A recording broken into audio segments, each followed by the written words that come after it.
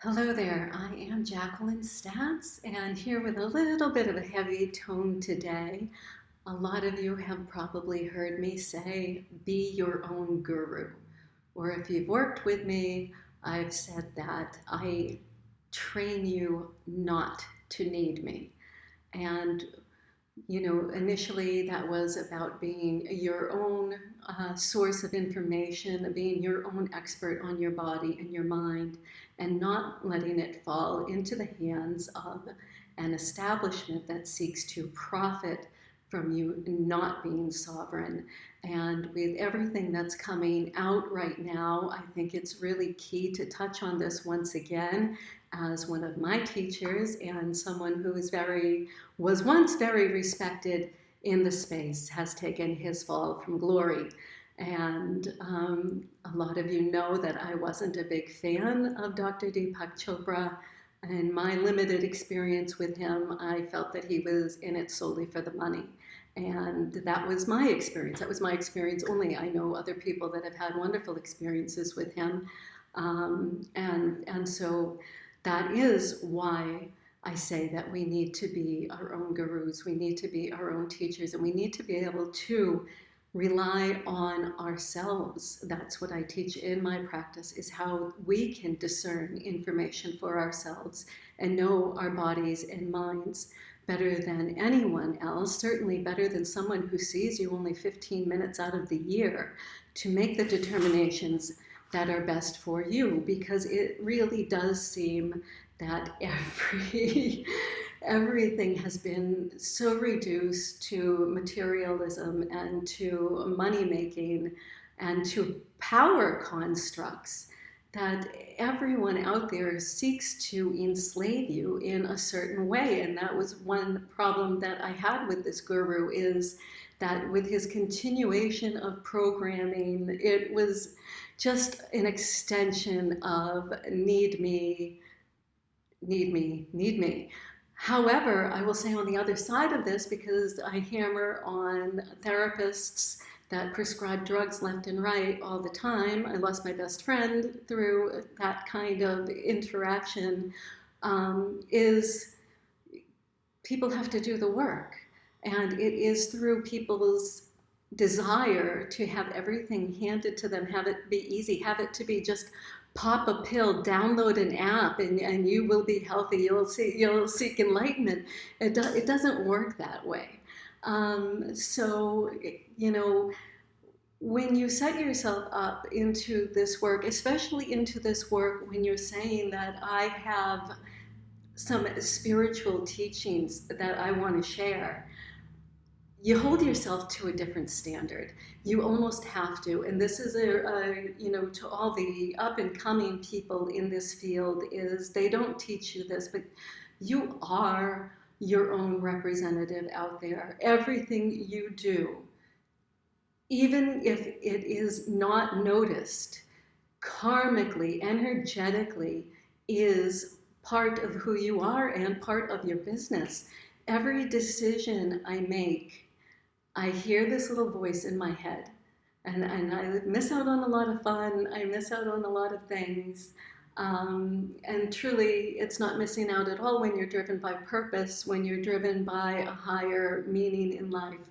But the voice in my head tells me, you are the woman that other women trust with their husbands and with their sons. And what decision, how would this decision reflect on that? That is my guiding light.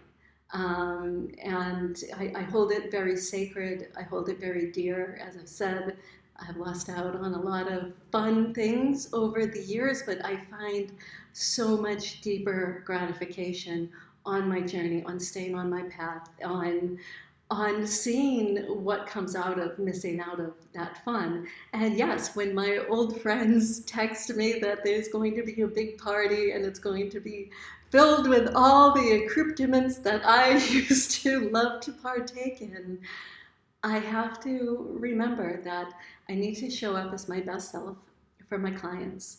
I am the representative of leaving behind toxic behaviors, and I have to be the change I wish to see in the world. So, you know, I don't know what to say about the one that has fallen from grace, but I want to touch on that too, because this is how I deal with things like this. This is how I deal now with people that um, cause me problems, cause me distress, that I feel have slighted me in some way, because that used to be something that, you know, I could ruminate on for an awfully long time. And with all my teachings, with everything that I believe, I hand it over to karma. And so while it's not for me to judge anyone, I do rest in the fact that the energy we put out is the energy that we receive back at some point in time. The game changer for me, for my practice, is not to involve myself, even when it's me that's been slighted or that I perceive I've been slighted. That turn the other cheek thing is real, or I've heard, I think it's Mel Brown says, let them, go ahead and let them do whatever they want to you, you know, within boundaries, obviously. But let that play out. Because if I come in to disrupt the process, to get my revenge, then that revenge I seek also becomes my karma. That's the energy I'm putting out there. So rather, the best way to do it is to wash your hands, put it in God's hands, put it in karma's hands, put it in universal intelligence hands, and walk away, because it does a far better job than you and I could ever possibly conceive of. And maybe we have to be a little patient for the results, but that's another thing I'll caution you on, is I used to want to be the fly on the wall for some judgment days, and I don't. I got my own thing to worry about, so I'm going to have blinders on, and I'm just going to keep walking towards the light. And I'm going to let the pieces fall where they may behind me. So that's my tip on how to process if you are a little heartbroken by some of the news that's come out. And in keeping with that, I want to address that God is a construct. And that does keep with the teachings. In Hermetic wisdom, all is mind. That is the way we perceive things, is that all is the mind. And I'm studied in a lot of different mystic and sects that teach knowledge, but the reality as we know it is a mental construct. And the universe actually arises from the divine mind, and the individual mind then being a microcosm of the universal mind. That's a lot, that's a heavy concept, but it goes with that, you know, we are each waves in the same ocean. And they say that you attain enlightenment when you realize that. So in this thinking, God is not a thing. God is the mental substrate of this reality itself. The construct is not God. The construct is actually your interpretation of God. And if you've ever taken a class with me, or if we've gotten into a deep talk, I always joke that my God has a Boston accent, and he calls me an effing retard all the time. And that's how I relate to God, is, you know, is that's how I hear his voice. That's what I'm accustomed to. That's how I receive criticism and feedback, is with snarky comments and jokes. That is my life experience. That's my comfort zone. And so, of course, that's how I'm going to hear God's voice, right? An Aborigine is not going to hear God's voice that way. An Aborigine is going to have to hear God's voice based on their own perceptions, their own experiences. And so for you and every individual out there. So if the mind constructs concepts, the intellect then has the job of discernment and discrimination to determine what then is truth. And truth is relative, based on our perceptions, based on things. And then the ego is what comes in and has to give this whole thing form. So the idea of God has to be filtered for you to have a conception of it.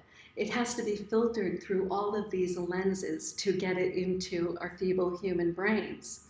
So we're not looking for a dude, up in robes, up in the clouds.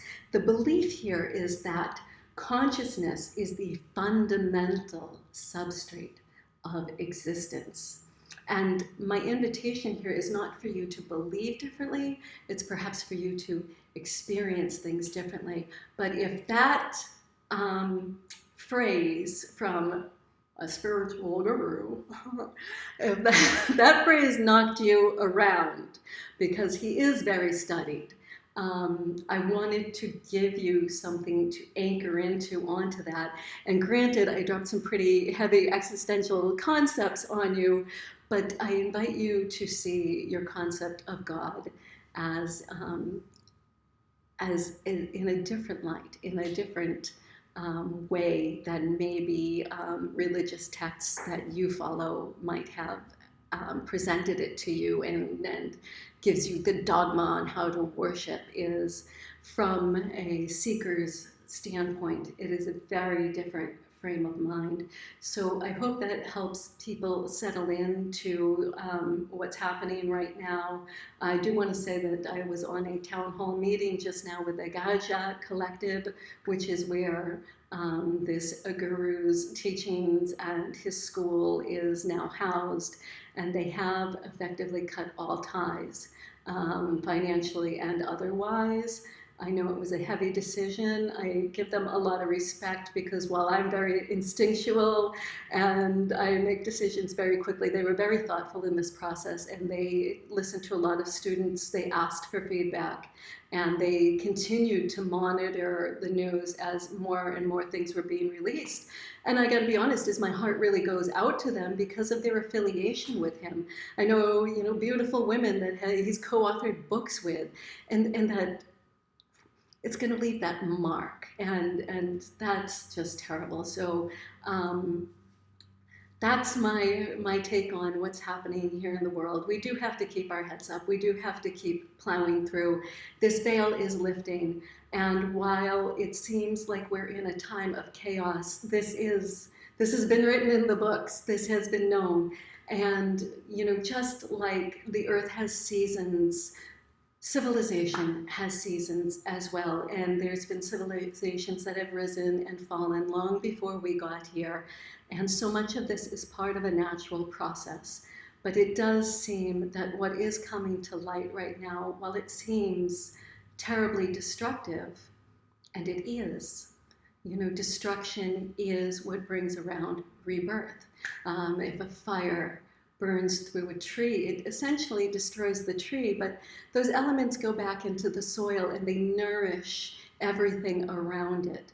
And so this is a time of destruction. This is a time of things coming to light.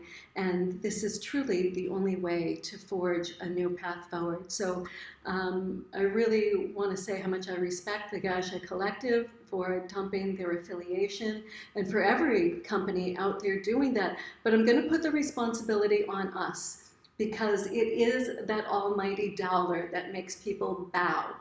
And so, we've seen this play out in corporations, we've seen this play out in places like the NFL, et cetera, is your dollar is your vote, more so than any of the nonsense going on in politics.